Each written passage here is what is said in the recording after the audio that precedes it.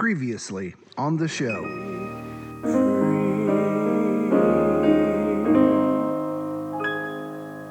Days, right? He used to like to listen to Creedence, classic rock. Oh, yeah. I did like Motown, Temptations and the Four Tops. And You got some moves, Rick.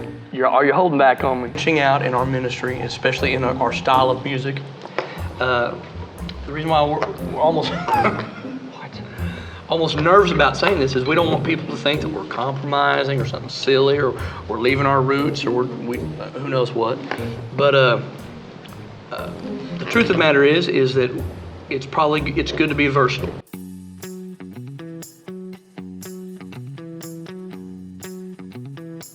So it would also be easier for me, not that it is ever easy, but it would be easier if we had been hitting our budget and we had, a reservoir in the bank where the truth of the matter is that that's just not, it's not really there. So I'm just torn.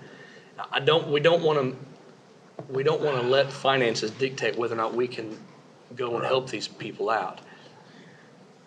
So how soon do we need to make this decision? Well, we've got we got 7 weeks. So if we don't do anything in this next week, I'm going to have to pull the plug because there's no way that I'll be able to do something, otherwise. Well, we know we've got a few contacts out there. We can. Yeah, it's an opportunity to preach, throw a win few lines someone to in the the Lord. I say we do it. But that's just my opinion. It's a lot of diesel. Maybe on the way we stop and sell plasma. Yeah. I mean, you guys, because brother man don't do that. They had No. needles and stuff, Right. My ankle keeps me from doing that. I can't do that. What's wrong with your ankle? Trust me, I've tried. Wow. Oh, gosh. Does anyone know, do you have an uncle? I've got a couple. Or do they live on the East Coast? Technically, yes. No. Are they going to? No.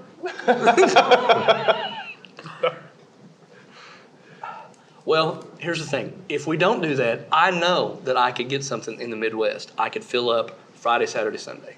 We could make our budget. I know that. All right. I don't know. Okay, so Oregon just called. That's not till September, but Oregon just called. Y'all, pardon me, sorry. Let me know what y'all's thoughts on whether or not we can go. We're going. We are. There's very little chance we don't go on that trip. Yeah. We're going on that trip. NVTV. Scare cam, we scare people and then we laugh. Scare cam, we scare people and then we laugh.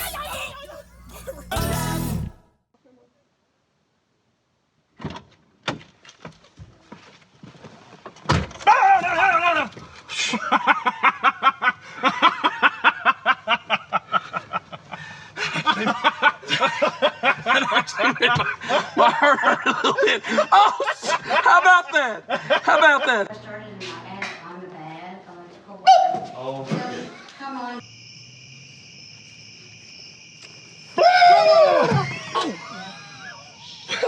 Really? You can't use that one. Look, there's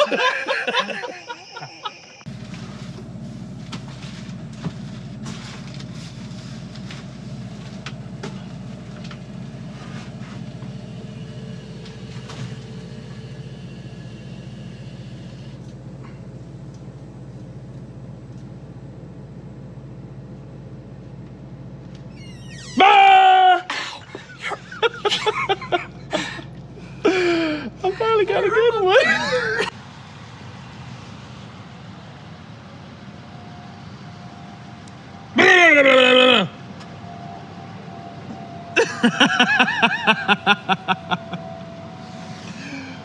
NVTV.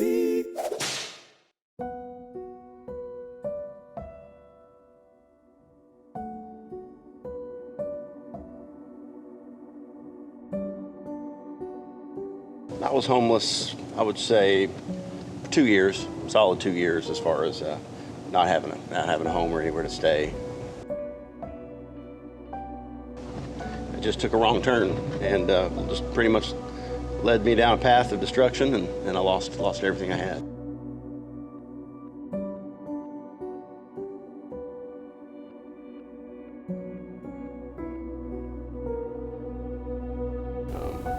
You know, I steered off the wrong direction, and to get to homelessness, it took maybe just a year. So you went from a thriving career or a promising career to homeless in a year. Well, I was in Nashville for a while, and I had moved to Springfield, and realized that Nashville wasn't the way that I was going to be going, and moved to Springfield, and just kind of after that, just everything just kind of fell apart. You know, I made some bad decisions, and which led into sin, and I guess we'll talk about that later. But it just took a wrong turn, and just pretty much led me down a path of destruction, and I lost everything I had. So. Now,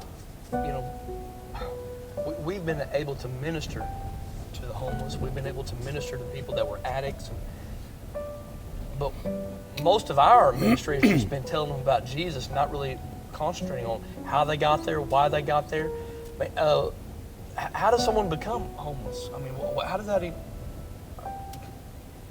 Man, in personal experience is all I can say.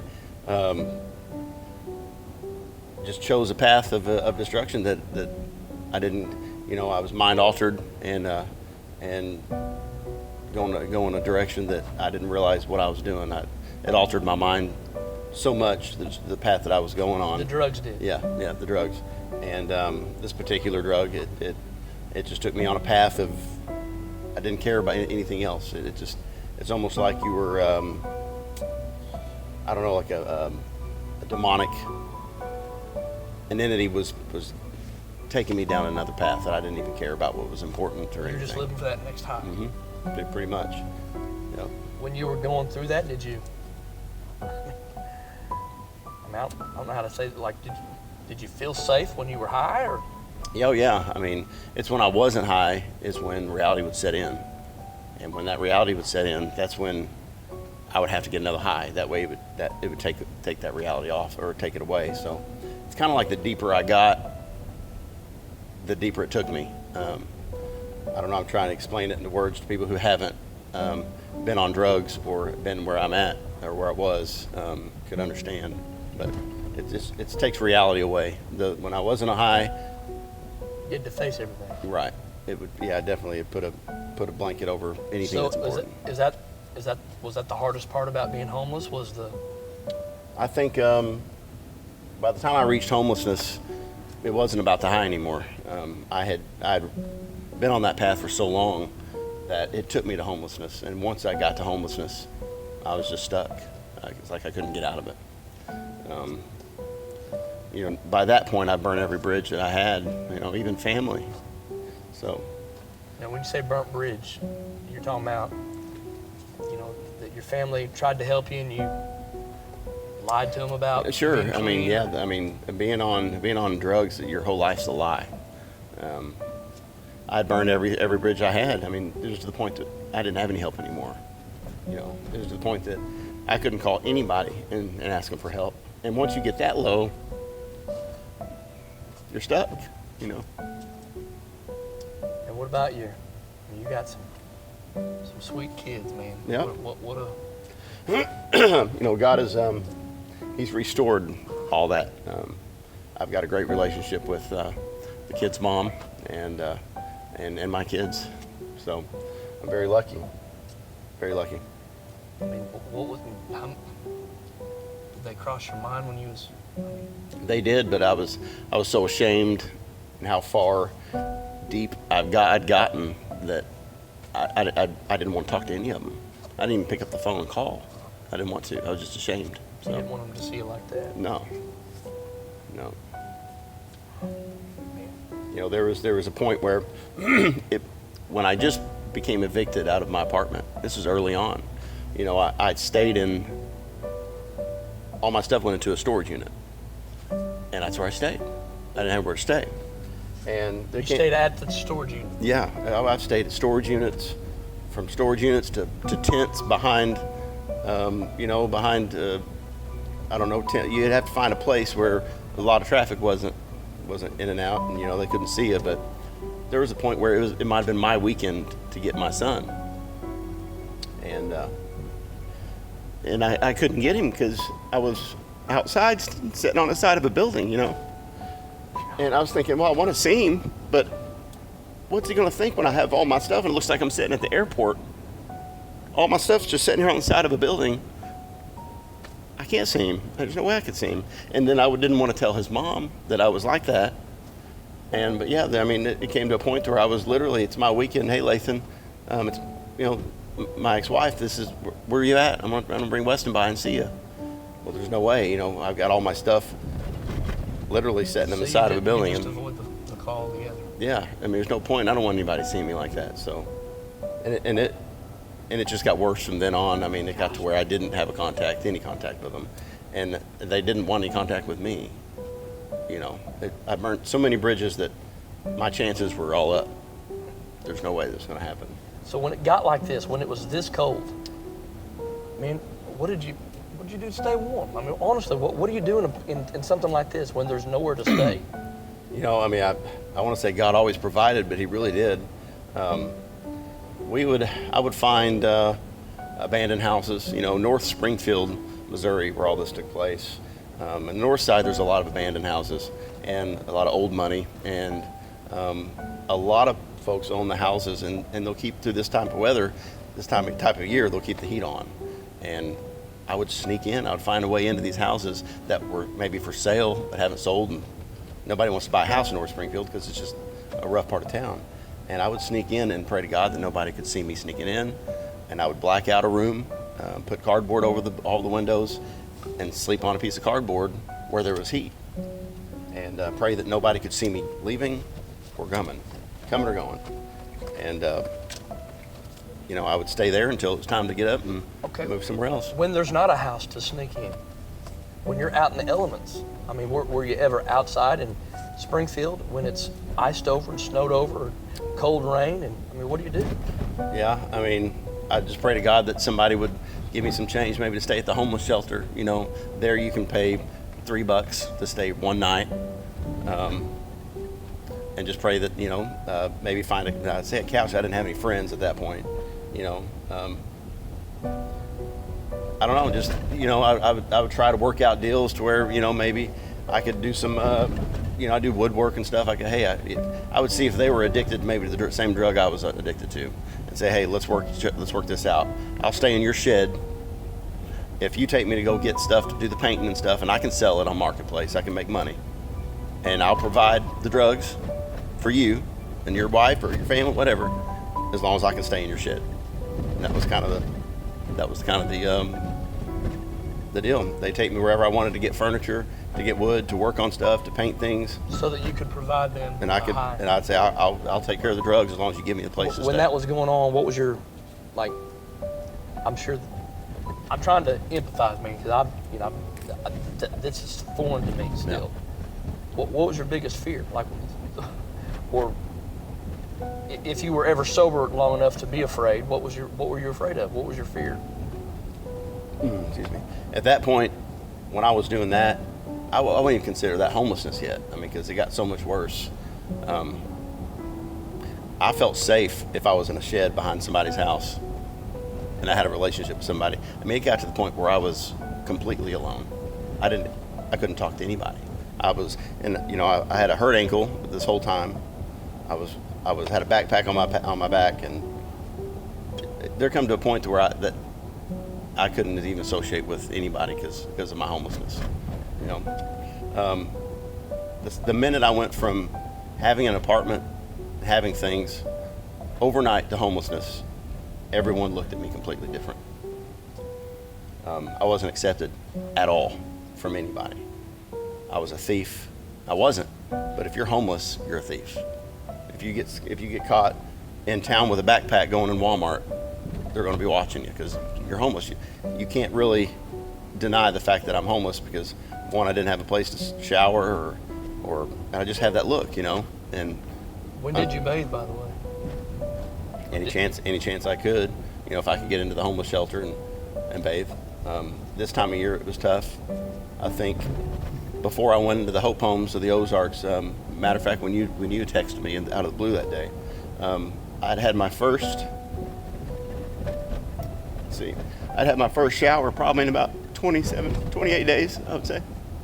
And it was in a hotel room, and that was the first shower and everything I'd had in a long time, and that was pretty amazing. And my parents got that just because I agreed to go into a program that I thought would help me, which I ended up relapsing and just going right back to the alley right behind there again.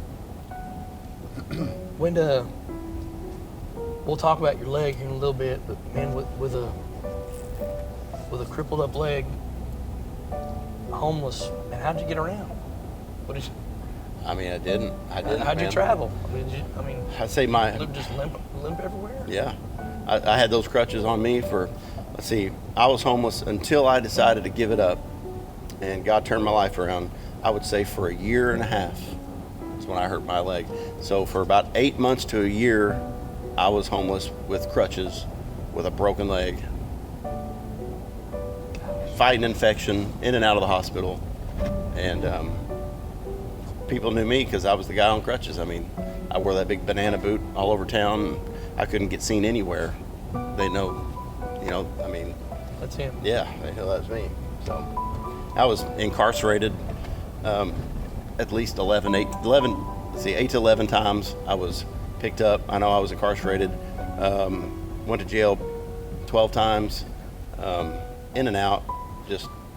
But the thing is, once I get out of jail, there's nowhere for me to go. So I just went right back to the same stuff.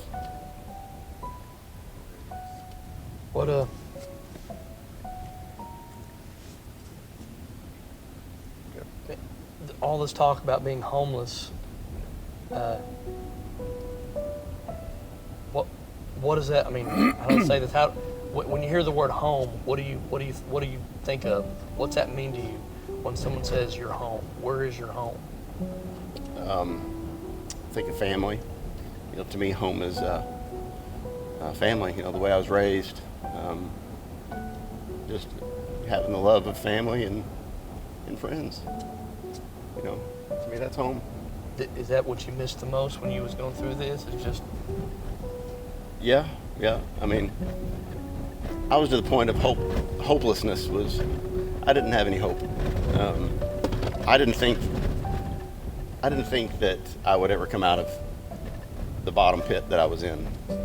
So it was hard for me to see that I would be where I am now in such a short time, that God would help me. So, yeah, home to me was family and friends and just having somebody that really care about you. Lathan, even if you broke into a place, sorry. How did you eat? Even if you break into a place, you don't have food. I'll tell you, the only thing I ever stole, I was never a thief, but I did steal food, and I went to Aldi. That was the place where I knew I could steal food. It was always packed, and I could go in and somehow. Because they were packed, they wouldn't pay attention as much. I'd get a block of cheese or, maybe some salami or something.